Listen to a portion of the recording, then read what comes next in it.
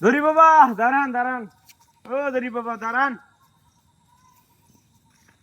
কি হে বৎস, কি সমস্যা তোমার? বাবা, আমি একটা দোকান দিছি, ওই দোকানে 6 মাস ধরে একটা কাস্টমারও আসে না বাবা। আমি গরিব মানুষ বাবা।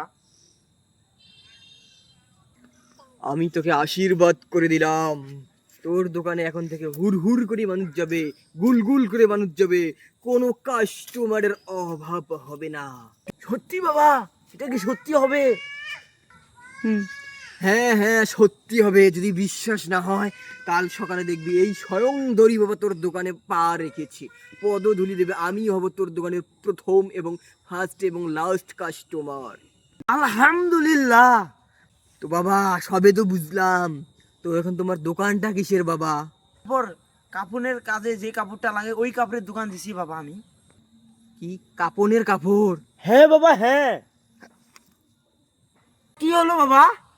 বাবা বাবা বাবা, ও প্রথম কাস্টমার পেয়ে গেছি আমার দোকানের, প্রথম কাস্টমার পেয়ে গেছি বাবা। মরছি বাবা, একটু ভালো করে মরো যেন আমি প্রথম কাস্টমার পেয়েছি। মজা মজা। দড়ি বাবা মরছে, প্রথম কাস্টমার আমার পাশে।